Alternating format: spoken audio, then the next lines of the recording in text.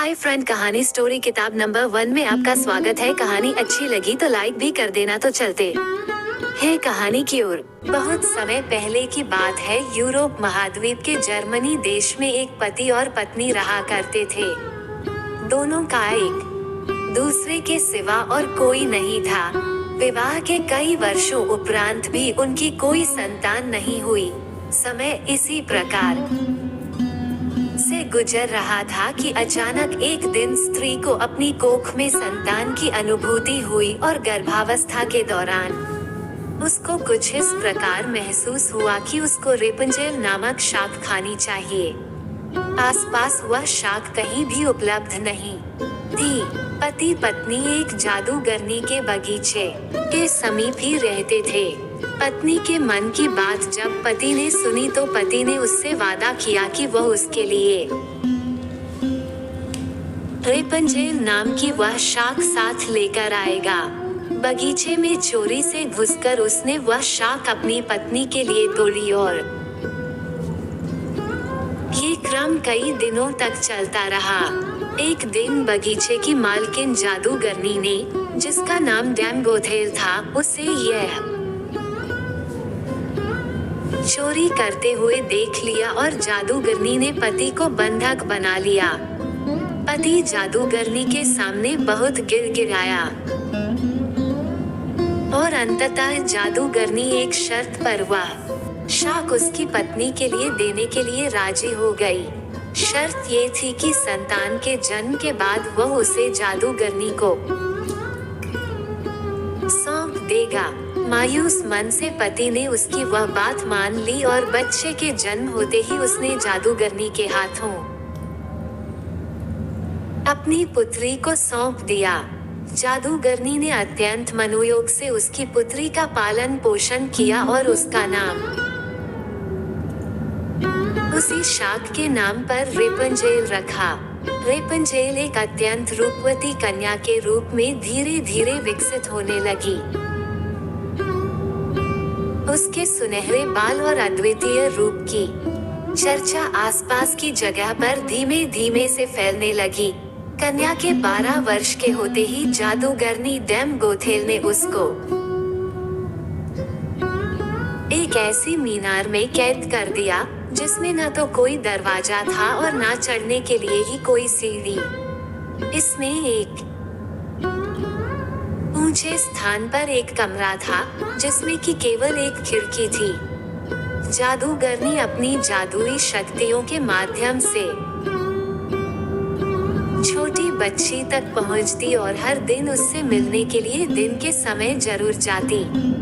इसी प्रकार से दिन बीतने लगे। वह बच्ची बड़ी होकर एक अत्यंत रूपवती स्त्री के रूप में विकसित हुई। उसके लंबे घने सुनहरे बाल इतने लंबे हो गए कि बाद में जादूगरनी उनके सहारे मीनार पर चढ़कर कमरे में आने और जाने लगी। ऐसा करते वक्त वह रेपंजेल को पुकारते हुए कहती, समय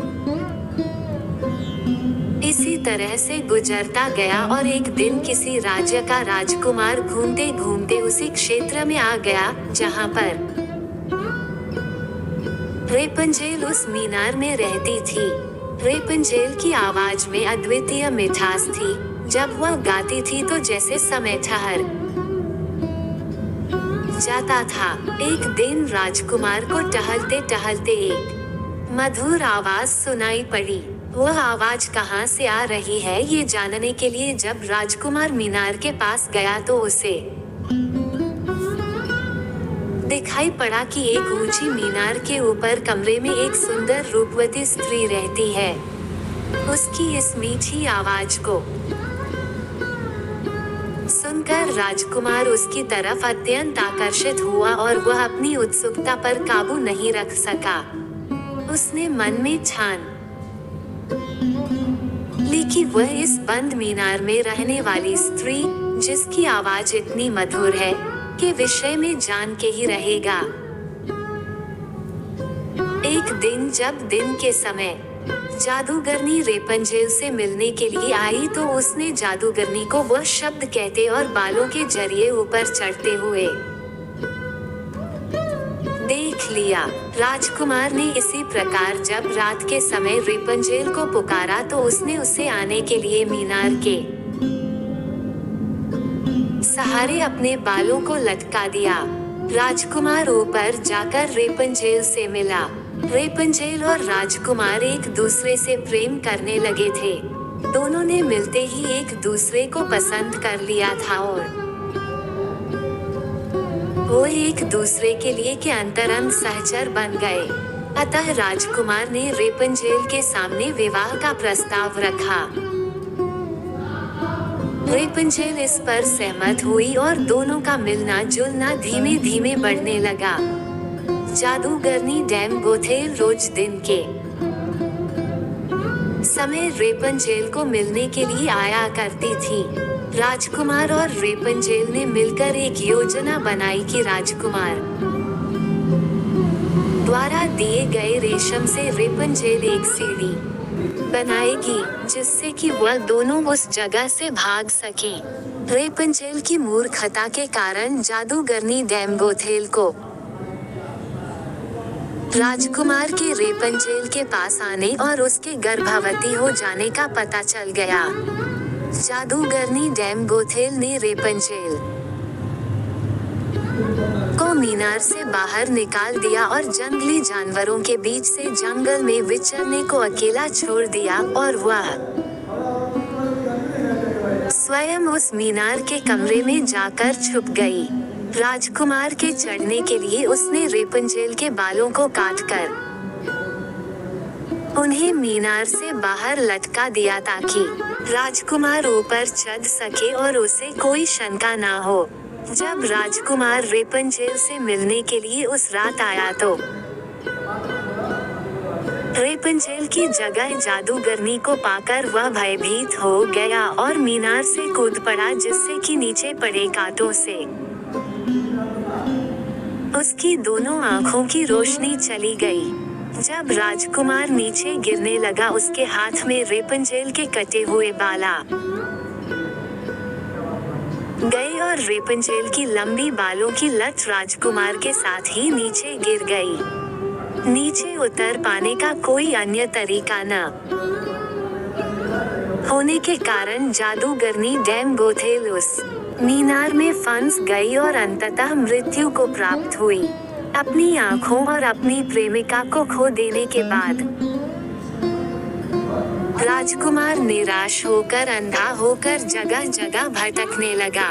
कई महीनों तक इस प्रकार भटकने के पश्चात वह उस क्षेत्र में जा पहुंचा जहां पर रेपंजेल बस चुकी थी। उधर रेपंजेल ने जुड़वा बच्चों को जन्म दिया जिनमें एक बेटी और एक बेटा हुआ। इसी तरह कुछ समय तक एक दूसरे के विछोह में रहने के बाद अंततः दोनों उसी राज्य में एक स्थान पर मिले और उनके मिलन से चमत्कार स्वरूप राजकुमार की दृष्टि वापस आ गई और रेपंजेल के लंबे सुनहरे बाल उसको वापस मिल गए और दोनों हंसी खुशी अपना जीवन साथ में बिताने लगे। शिक्षा इस कहानी से हमें ये शिक्षा मिलती है कि बुरे का अंत बुरा ही होता है और विश्वास के सहारे एक दिन दुनिया में सब कुछ पाया जा सकता है। जिस तरह जादूगरनी गलत नियत से रेपंजेल को इतने साल कैद में रखती है, एक दिन उसे इसका दंड मिला और वह मारी गई। रेपंजेल ने बचपन से उम्मीद लगाई हुई थी कि उसे एक दिन कोई बचने आएगा, उसकी खुशहाली भरी जिंदगी होगी। एक दिन उसके इस विश्वास को भगवान ने पूरा कर दिया। तो कैसा लगा हमारा कहानी? एक लाइक तो बनता है। धन्यवाद।